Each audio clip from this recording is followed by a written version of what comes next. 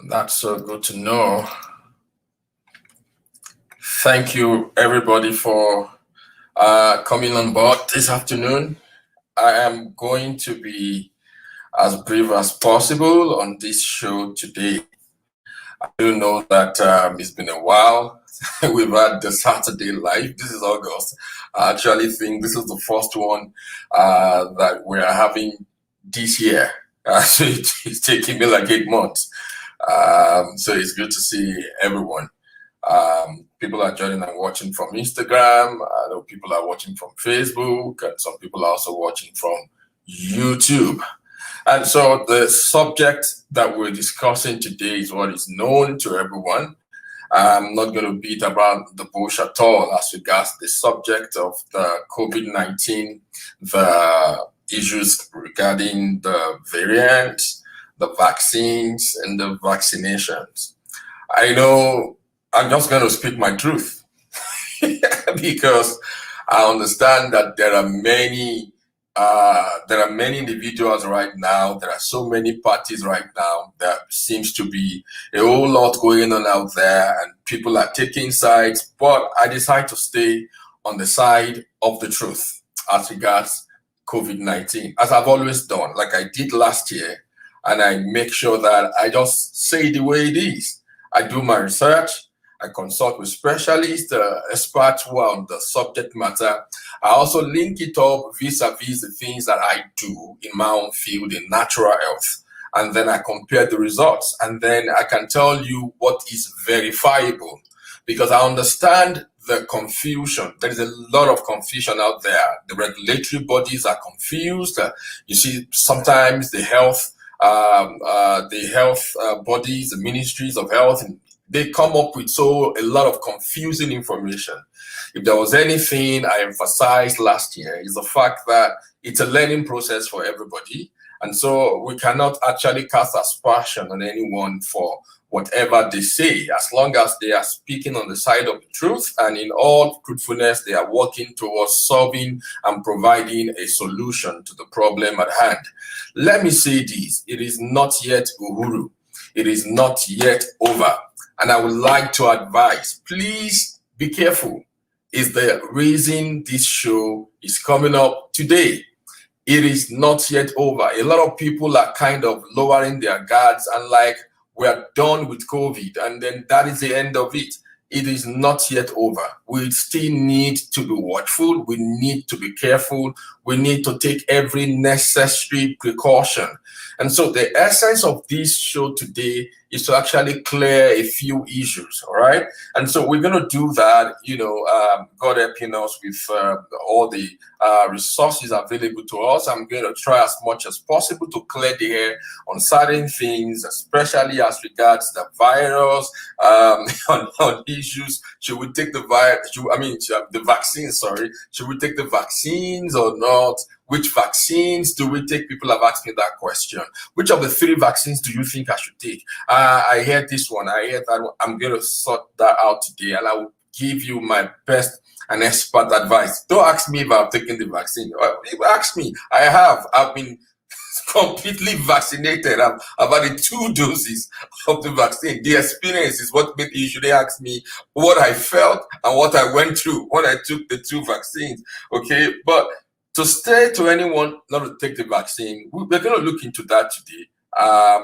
We're going to see what exactly are we dealing with. But I need to say this to everyone, that it is not yet over. There is a need for us to actually be on our guard, and then we need to be alert, because a lot is still going on out there. And then, nobody should deceive you that it is over yet. It is not over yet. All right. And so let me quickly run into the details of the topic we want to discuss today.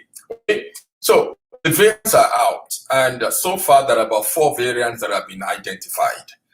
We have the alpha, we have the beta, we have the gamma, and then the most virulent one that is out there, like bringing everybody to their knees again, is the Delta variant. All right. And so what actually is going on? A lot of people have asked, oh, are just some guys working in the laboratory creating, synthesizing more variants of the COVID virus as we speak today? So that leads into the aspect of the vaccines.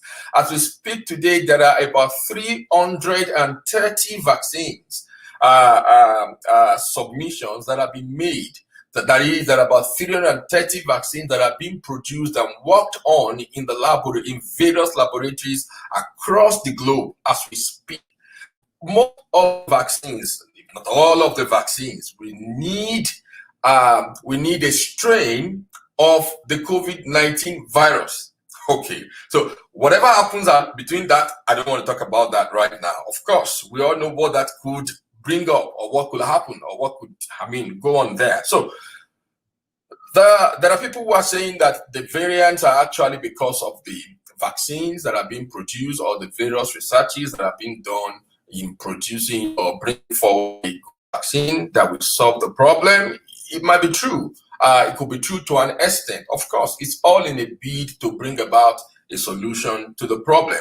Of course, they want the entire world to be vaccinated, at least to a reasonable extent. Of course, in epidemiology, there is a particular percentage of the population that needs to be vaccinated. So this is when that is done that we can say that we are at peace. Until that is done, then we cannot say we are at peace. Okay? So let me start by also saying, let me say this so as to help us all. There are 3 major vaccines that are out there, which are the 3 major ones that probably everybody's talking about. But those that have been approved, that have gone past they've gone past phase 1 and phase 2 of the studies, and phase 3. About 30 of them are in that category. And of the 30 of them, these 3 are the most prominent: the Pfizer-BioNTech vaccine, the Oxford AstraZeneca vaccine, and then the Moderna vaccine. Why am I laughing about AstraZeneca? Because the truth is that they are all efficient. So there's a difference between efficiency and efficacy when it comes to vaccine and vaccination. So we need to explain that as well, because some people are out there saying the vaccines are not working. If you tell us that once we are vaccinated, we will be secured against the pandemic, so why are you telling us to put on masks again? The education out there is not complete. There is a need for people to understand that vaccine, in fact, what is the origin of these vaccines? Where were they formulated? What was the background to the research when these vaccines were formulated? Let me also say this, that for several years, no human vaccines had been developed. None. COVID just threw this up. In 2003, when the first severe acute respiratory syndrome, SARS, the first SARS came up in 2003, they began to make studies, they began to do research to see if they could come up with vaccines. But before the vaccines could go past through the various stages of clinical trials, the SARS had been handled. Of course, this is another reason, because one of the questions people ask again is that how could they have come up with the vaccine so quickly? COVID is just a year or 2. Vaccine, we know, will take years. How did they come up with that? These are not new works that just started. They have started working on a vaccine that could undo severe acute respiratory syndrome from 2003. So that's about 18 years before now. So they never pushed them onto the market because there was no need for them until COVID came. And so all they had to do was to dust the notes and then work towards the conclusion of those inventions, those vaccines. That was what they did. And that's the reason it seems like everything came up quite fast. Okay. So don't, because those are some of the questions some theories are pushing forth. Right? Like, okay, this is a conspiracy. Oh yeah, these people are somewhere. They've been able to bring up the vaccines. I also thought that way. To an extent, like, okay, I know it will go through 4 phases of clinical trial, from phase 1 to phase 4. At phase 3, many products, drugs, and vaccines are released to be used by the public. In an emergency. Whatever has to be done, whatever can be done to, reduce all the things that are going on, I believe should be done. And I think that is exactly what the authorities are trying to do. Okay, so let me also say, I think I was going to talk about Pfizer, AstraZeneca, and then Moderna. Okay, so these are the three common ones, very common. AstraZeneca is manufactured in India. It is not. It was not developed. The technology was not developed in India. It's a collaboration between Oxford University and AstraZeneca, which is a pharmaceutical giant. All right. Pfizer, we know the history of Pfizer. Moderna is by a US company. So these are the things that are going on. As we speak today, about 9 billion doses of vaccines have been produced globally. My concern about these vaccines is the fact that 14% of the countries of the world, 14% of the world population, which is which make up, this 14% make up of the rich and wealthy population of the world. They are the ones that are the largest purchasers, or the people who have placed the largest orders, the highest order as regards this vaccine. For example, the United States of America, Canada, the United Kingdom, they've all mopped up the vaccines that are out there in the space out there. So many countries of the world, especially the third world countries, who cannot afford to compete with these wealthy countries, they are actually the main concern right now. And this is the reason I want to plead with you. If you live in a third world country and you have access to take the vaccine, please do not miss this opportunity. Go get the vaccine. I tell my friends, especially those who are frequent travelers, a time is coming that you will not be allowed to move. It is not a theory of the Antichrist, without the mark, you cannot migrate from one place to another. Always true. If you are not vaccinated, you are a risk to other people. So we are trying to save lives here. So we should do everything that we can to save life. Okay, and so the issue is between. A lot of countries went against AstraZeneca, and then because of the side effect of it. Like I've always said on this program, if you have been a follower, there is no medication, there are no vaccine, there is no drug anywhere in the world that does not have a side effect. That is just the truth. If anybody is telling you otherwise, the person is lying to you. So it could be mild, it could be from mild to severe, depending on the individual. We are all different. Some people had their vaccines, they had no reaction to it, no side effect, no adverse effect at all after taking their vaccine. And some people did, and they died in the process. For example, in the case of AstraZeneca, there have been people who took it and they had a blood clotting in their brain, and that led to the loss of their lives. But what is the percentage of people who had that? Comparing it to the total population of the number of those that have been pushed out there, it is kind of insignificant. No life is insignificant. I'm talking about the number, the figures now. So when it comes to figures, which is what most times is being considered, it is insignificant, especially if we tally it, place it side by side to the number of people that have died, that we have lost to COVID-19. You would agree that it doesn't make sense to say that people should not get vaccinated. You could have issues like headache, you could have body ache, you could have joint aches in your joint. There are people who feel nauseous after taking the vaccine. There are people, all sorts of stuff could come up, but most of them are resolved in 48 hours. Between 24 and 48 hours, you're likely going to be okay. And that's all. And so I was going to talk about the mode of operations of these vaccines. Now, the two vaccines that are not being, people are talking so much about, the Pfizer and the Moderna. In what way are they different? And these two are just the only two vaccines in that class. There are about 9 several platforms or protocol that have been that has been deployed globally in the development of a COVID vaccine. About 9 platforms. Now, a whole lot of them use any of these 9 platforms, but only 2, Pfizer and Moderna, are using the RNA method. They get a strain, an RNA from the virus, which is now injected. It becomes a messenger, and then it's injected into the system. Now, this is a future technology. This is not something. This is not something that planned. It's different from what has always been. Okay, so this is a deviation from the norm. The other ones are still using other conventional methods. All right.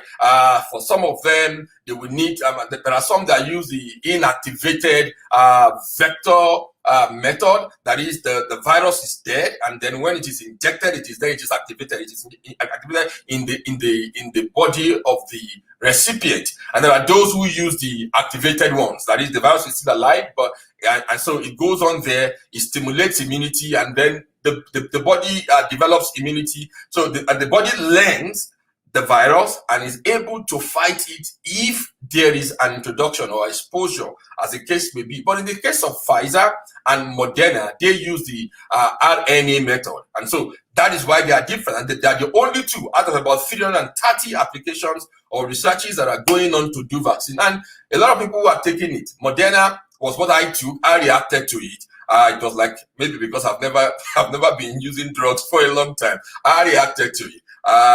Some people took Pfizer and they never had any reaction. In fact, I've not had anybody who took Pfizer. There might be, and they had a reaction. And some people took Moderna and never had any reaction to it at all. But the fact is this: if we are all going to get out of this with the way things are going, my advice. I know so many of my senior colleagues. I even know one mentor that I respect so much that was banned this week. In fact, he was on CNN, took away his license. They even told him to take down everything he has placed on social media. And his advocacy is that the vaccine and COVID and everything is not real. The vaccines are not safe. I will not advise that. I will not say that to anybody. I know if you have been following me for a while right now, there are certain things I say against vaccines. I talk about certain precautionary steps that everybody should take while you want to go for vaccines. Even for kids, if you want to vaccinate kids, there are certain things I always talk about. You must be careful when it comes to vaccines. But when it comes to this issue of COVID-19, my advice is this. Number one, if you have any pre-existing medical condition, my advice is that you seek the right advice from your doctor, your physician, before you go ahead to take the vaccine. Let them advise you appropriately. Of course, all over the world, considerations are being given to people with previous medical conditions. And again, listen to this. If you are still thinking whether or not to take the vaccine, let me tell you why you should take the vaccine. In cases of hospitalization, and I say this because of my experience and exposure with people who work in emergency department of various hospitals across the globe, it is not a funny case at all, right? Especially now, I was going to talk about the background. What led to the vaccine? The whole reason for the vaccines was to have a vaccine that will reduce the symptom and also prevent severe illnesses as a result of an infection by the virus. Okay, so no vaccine can bring about a cure, as the case may be, but we want to reduce the symptom and then prevent severe illnesses. Now, people who are not vaccinated are likely to go to that point, that tipping point, where it becomes very, very difficult to redeem their lives. Is the reason you have all those deaths. The deaths that happened. If you see somebody in an emergency, I've had cases of couples who died 4 days apart because they got COVID-19. A lot of things. In fact, these are cases of the variant, the Delta variant. Yeah, they both had it. A couple, they died 4 days apart. Now, you don't want to put yourself in this kind of situation. That is number one. Number two, if you already have a pre-existing condition, consideration, in fact, they give priority to people in that class. Why? If they come down with COVID because of an already existing condition, it reduces the chances of their healthcare practitioners. It reduces the options available to them to help that individual. Unlike somebody whose kidneys are okay, whose lungs are okay, whose I mean, whose blood pressure is normal, the person's blood sugar is normal. They have several things to play around. But for somebody who's already having some pre-existing conditions affecting vital organs, affecting vital operations, they leave the medical practitioners with little or no option about what to do. That's why most they pack up and they go. So my advice to you is this: if you have any pre-existing condition, talk with your health care provider, with your physician and doctor, as the case may be, and let them help and assist you. Let them give you an advice based on your condition, or whether to take it or not. I doubt if they will say you shouldn't take it, but depending on your condition, I don't know what it is, but they're going to be able to give you a better advice on what to do. So let me bring this to a close. To take or not to take? The answer is, please go ahead and get vaccinated. Don't wait another day. I will strongly advise it. Like I said, are you going to have side effects? Yes. Side effects will include headache, temperature, fever, nauseous feeling, cold. What are the side effects you're going to get? Those, in my own opinion, are still better than for you to come down with COVID-19 and end up with your lungs almost going to pack up. God knows if you are going. God help you if you make it out of the emergency place alive. That is why I will advise, please go ahead and get vaccinated. So before I close today, the FASH boot camp, that's our boot camp for young people, is going to start on the 12th of August, On the 12th of August, it's going to run till 27th of August. You can enroll your kids for the boot camp. Last year, we had several kids from everywhere in the world who came for that boot camp. It's always an interesting one, educating. It helps the kids to understand the basics when it comes to healthy eating and healthy living. It's something that you should give to your kids as long as they are up to the age of 8. The boot camp is only for kids between the ages of 8 and 13. You can contact our registrar on any of our social media platforms. You see our numbers and you see the flyers. You can kind of get in on it, get registered, register your kids for it. They're going to meet like about 2 times in a week, on Saturdays and on Sunday for 1 hour in a week. It's going to be for 3 weekends. That is how it's going to run. You have tasks to do. It's always fun and exciting for them to be there. So you want to enroll your kid for this boot camp. I'm going to come your way again next week. I'll be talking about something else when I come next week, except there is a new development as regards COVID-19 and the vaccine and the variants. But in all, my advice is that please make sure you go take the vaccine. Somebody is trying to send me a message. I cannot read the message. I'm trying to read it. Or is it a question? If you do have a question, I'm trying to see if I can get there to read the question. If I get to read it before. Okay. 1 second. Let me try. If I don't get to read the question, then I'm going to answer the question right in the bottom of the page. Maybe that's why I'm going to give the answers to the questions. 1 second.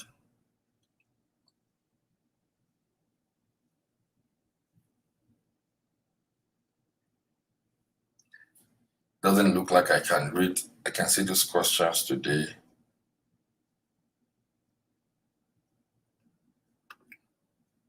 Still trying to get there. Okay. Saying to comment.